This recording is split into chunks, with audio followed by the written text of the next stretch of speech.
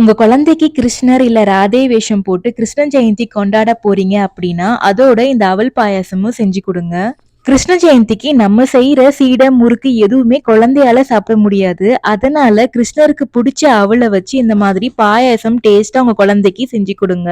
பாயசம்னாலே பால்ல தான் செய்யணும். ஆனா இந்த பாயசத்துக்கு பாலே தேவையில்லை. எப்படி செய்யலாம்னு பாக்கலாமா? 1/4 கப் அளவுக்கு ஏதாவது ஒரு அவல் எடுத்துக்கோங்க. அதை நல்லா வாஷ் பண்ணிட்டு ஒரு 15 நிமிஷம் ஊற வச்சுக்கோங்க. அதோட ஒரு பேரிச்சம்பழத்தையும் 10 நிமிஷத்துக்கு ஊற வச்சுக்கோங்க. உங்க குழந்தைக்கு 7 மாசம் தான் ஆகுது அப்படின்னா இந்த ரெசிபில சேர்க்கிற நட்ஸ் எல்லாத்தையுமே அவாய்ட் பண்ணிக்கோங்க.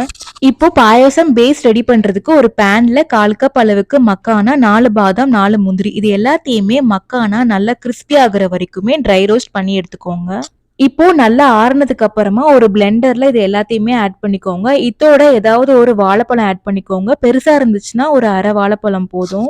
இது கூடவே ஊற வச்சிருக்கிற பேரிச்சம்பழம் ஒரு 3/4 கப் அளவுக்கு தண்ணி ஊத்தி நல்லா மையா அரைச்சு எடுத்துக்கோங்க. எவ்வளவு திக்கா இருக்கு பாருங்க. பாலே இல்லாம பாயாசத்துக்கு பேஸ் ரெடி பண்ணியாச்சு. இப்ப பாயாசம் எப்படி ரெடி பண்ணலாம்னு பார்க்கலாம். ஒரு பேன்ல 1 டீஸ்பூன் அளவுக்கு நெய் ஆட் பண்ணிட்டு அரைச்சு வச்சிருக்கிற பாயாசம் பேஸ் அந்த பேன்ல ஆட் பண்ணிக்கோங்க. கன்சிஸ்டன்சிக்காக கொஞ்சமா தண்ணியும் ஆட் பண்ணிக்கோங்க. இப்போ நம்ம ஊற வச்சிருக்கிற அவல்ல இருந்து ஒரு 2 டீஸ்பூன் இதுல ஆட் பண்ணிக்கோங்க. ரொம்ப திக்கா இருந்துச்சுன்னா நீங்க இன்னும் கொஞ்சம் கூட தண்ணி ஆட் பண்ணிக்கலாம். இப்போ அடுப்பை மீடியம்ல வச்சுட்டு நல்லா மிக்ஸ் பண்ண ஆரம்பிச்சீங்கன்னா 5 நிமிஷத்துலயே இந்த மாதிரி பபிள் விட ஆரம்பிக்கும். மறுபடியும் ஒரு 5 நிமிஷத்துக்கு நல்லா மீடியம்ல வச்சு இந்த மாதிரி குக் பண்ணுங்க.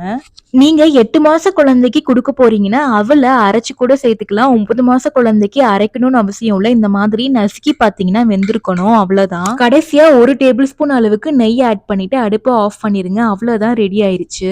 அவ்வளவுதான், ரொம்ப டேஸ்டியா ஹெல்தியான அவல் பாயசம் ரெடி ஆயிருச்சு. இந்த கிருஷ்ண ஜெயந்திக்கு உங்க குட்டி கிருஷ்ணருக்கு இதை செஞ்சு கொடுங்க. இந்த கிருஷ்ண ஜெயந்திக்கு உங்க குழந்தைக்கு இதை செஞ்சு கொடுத்தீங்கன்னா கமெண்ட் செக்ஷன்ல மென்ஷன் பண்ணுங்க. இந்த வீடியோ உங்களுக்கு பிடிச்சிருந்துச்சுன்னா ஒரு லைக்கை போட்டு உங்க ஃப்ரெண்ட்ஸுக்கும் ஷேர் பண்ணுங்க. தேங்க்ஸ் ஃபார் வாட்சிங்.